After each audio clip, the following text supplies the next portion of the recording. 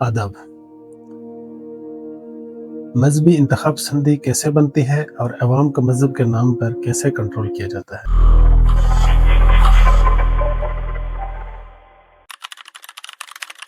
जी नाज़रीन, मुझे अज़हर शाम कहते हैं और आप देख रहे हैं बदतमीज़ सच। आज हम एक ऐसे मौजू पर बात करेंगे जो हमारे माशरों के मुस्तकबिल, हमारे बच्चों के जहनों और हमारी रोज़मर्रा ज़िंदगी तक को मुतासर करता है, और वो है मजहबी इंतखाब पसंदी, मजहबी अजारादारी और अवाम को मजहब के नाम पर कंट्रोल करने का अमल। याद रखिए, इंतखाब पसंदी किसी एक मुल्क, एक कौम या एक मजहब या एक खित्ते का मसला नहीं, ये एक इंसानी मसला है जो हर जगह मुख्तलिफ शक्लों में नजर आता है। लेकिन बदकिस्मती से कहा जाए तो हमारे मुल्कों में कुछ ज़्यादा ही ये मसला नजर आता है। अच्छा, बात ये करते हैं कि मजहब इंतखाब पसंदी बनती कैसे है। इंतखाब पसंदी कभी भी पैदाइशी नहीं होती, ये एक तरबियत याफ्ता ज़हनी हालत होती है जिसे 3 चीज़ें मिलकर बनाती हैं। वो 3 चीज़ें क्या है बताए? उन 3 चीज़ों में सबसे पहले आता है खौफ, फिर दुश्मनी, फिर अतात, अंधी अतात, फिर इंतखाब पसंदी का बुनियादी अंसर। अब इसके एक्सप्लेन मैं वीडियो का आखिर में करूँगा। लोगों को बताया जाता है कि हमारा मजहब खतरे में है, अगर तुमने हमारी बात ना मानी तो सब कुछ तबाह हो जाएगा। किसी मखसूस ग्रोह, मजहब या मुल्क को दुश्मन बना दिया जाता है ताकि अवाम सवाल ना करें। अवाम को ज़हनी तौर पर इस मकाम पर लाया जाता है कि वो हर हुक्म मजहबी हुक्म समझकर मान लें। ज़हन साजी की ये भी एक किस्म है, इसमें इसका सब लोग शिकार हैं, और यही फार्मूला दुनिया भर में हर जगह इस्तेमाल होता है। बात करते हैं पाकिस्तान की, तो मजहबी ताकत का गढ़ कैसे बना। पाकिस्तान में मजहब हमेशा से सियासत का सबसे ताकतवर हथियार रहा है। यहाँ लोगों को बताया जाता है कि सच्चा मुसलमान वही है जो हमारी बात माने। ये हर फिरके का मौलवी, हर जात पात का मौलवी लोगों को बताता है। नसाब में खुसूसन नजरियात ऐसे डाले गए हैं जिनमें मजहबी इंतखाब पसंदी हो। रियासती तकरीरों में मजहबी जज्बात भड़काए गए। लाल मस्जिद, मदरसा नेटवर्क, जहादी ग्रुप, ये सब रियासती पॉलिसियों के ज़ेर असर परवान चढ़े। अक़लियतें आज भी खौफ में जीती हैं और आम लोग मजहबी लीडर्स के फतवों के सामने बेबस हैं। पाकिस्तान में इंतखाब पसंदी ने न सिर्फ रियासत को यरगमाल बनाया, बल्कि आम आदमी के रोजगार, सोच और आज़ादी को भी कमज़ोर किया।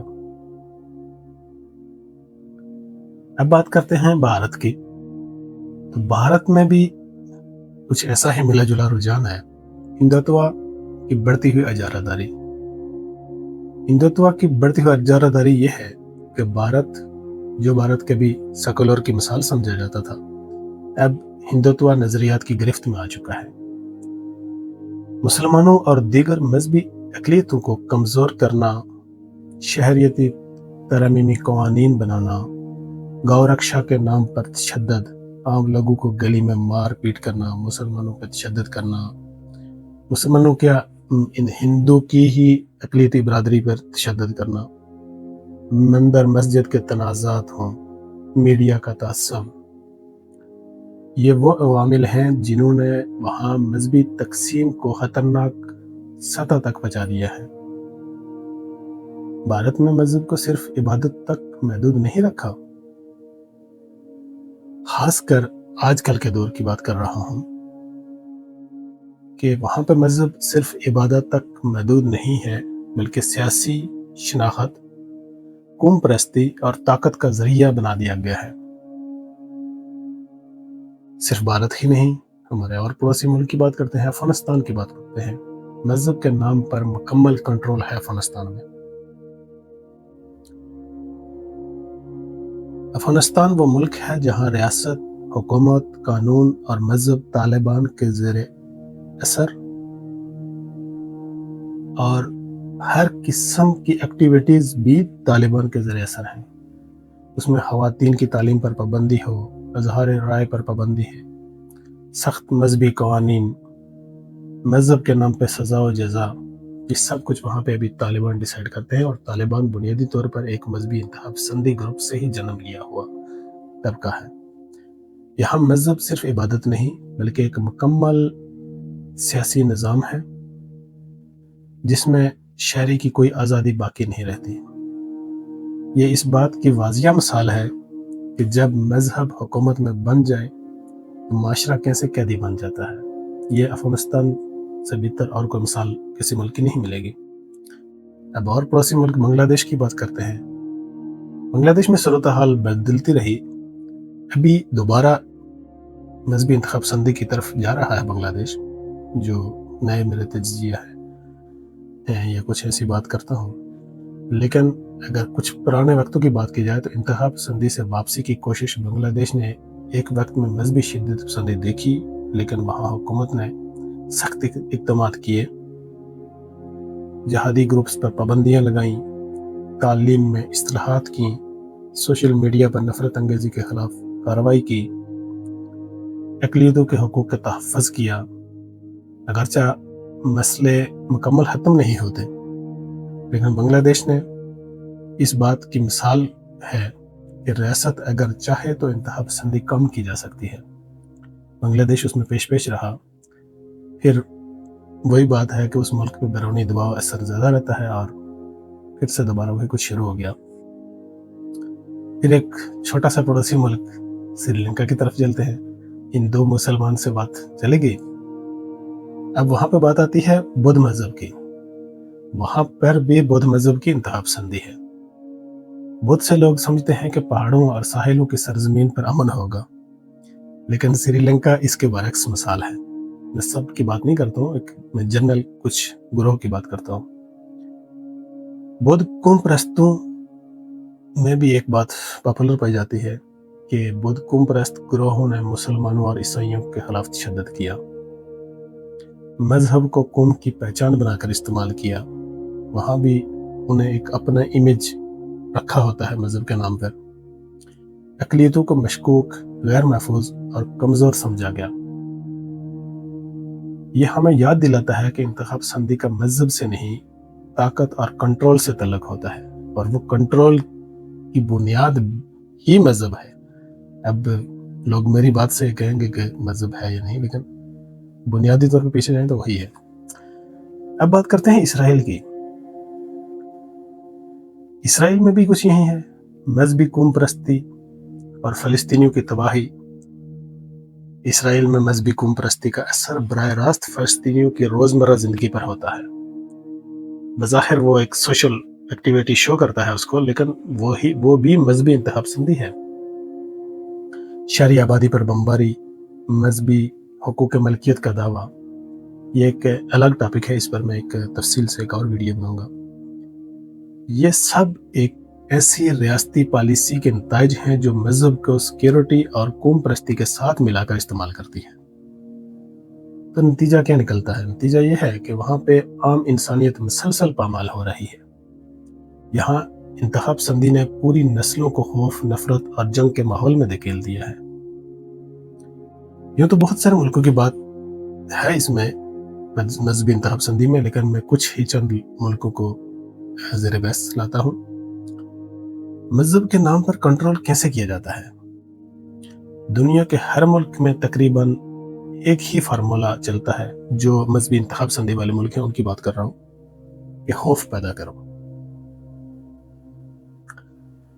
اگر تم نے ہماری بات نہ مانی تو خدا، دشمن یا مخالف تمہیں تباہ کر دے گا.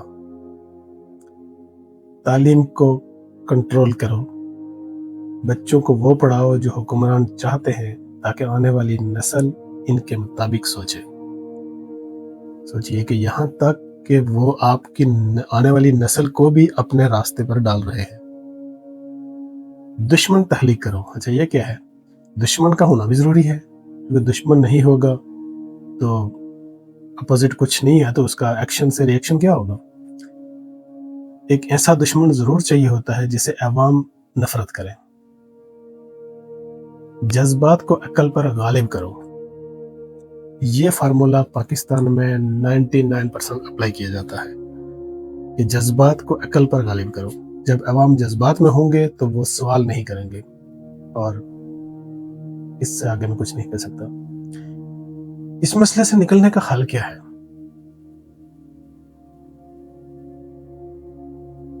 ये मसला एक दिन में हल नहीं होने वाला, लेकिन इसके 4 बुनियादी हल हैं जो मेरे मुताबिक हैं, गलत भी हो सकते हैं।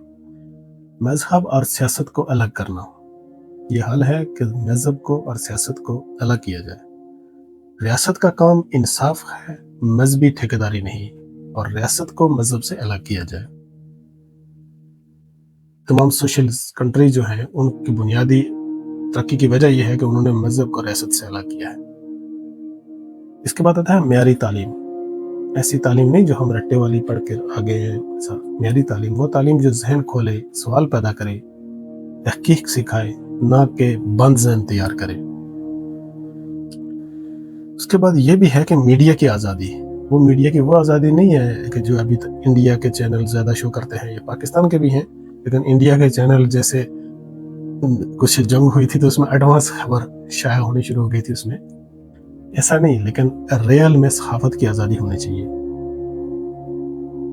शहरी हुकूक की हिफाजत। हमारी रियासतें, पाक व हिंद की हुकूमतें 90% शहरियों को बुनियादी इंसानी हुकूक देने से महरूम है। हर इंसान चाहे किसी भी मजहब का हो, यहाँ पर यकसा हुकूक का हकदार है, और अगर ऐसा हो तो ये इस चीज का हल है। मजहबी इंतहा पसंदी से निकला जा सकता है। इंतहा पसंदी कभी भी मजहब की ख्वाहिश या खुदा का हुक्म नहीं होती। यह हमेशा ताकतवर लोगों का खेल होता है। वो ताकतवर लोग बड़े बड़े मुल्लाओं, पंडितों, पादरियों की शक्ल में होता है। उनका खेल होता है जो अवाम को तकसीम करके, लड़ाकर, डराकर इन पर हुकूमत करना चाहते हैं। हुकूमत कुछ और की होती है, लेकिन पीछे उन्हीं लोगों का हाथ होता है। अगर हम एक बेहतर मुस्तकबिल चाहते हैं तो हमें मजहब को इबादत गाह तक रखना होगा और रियासत को इंसाफ तक। अपने मेज़बान अजहर शाम को इजाज़त दीजिए। मेरे साथ रहने का बहुत बहुत शुक्रिया।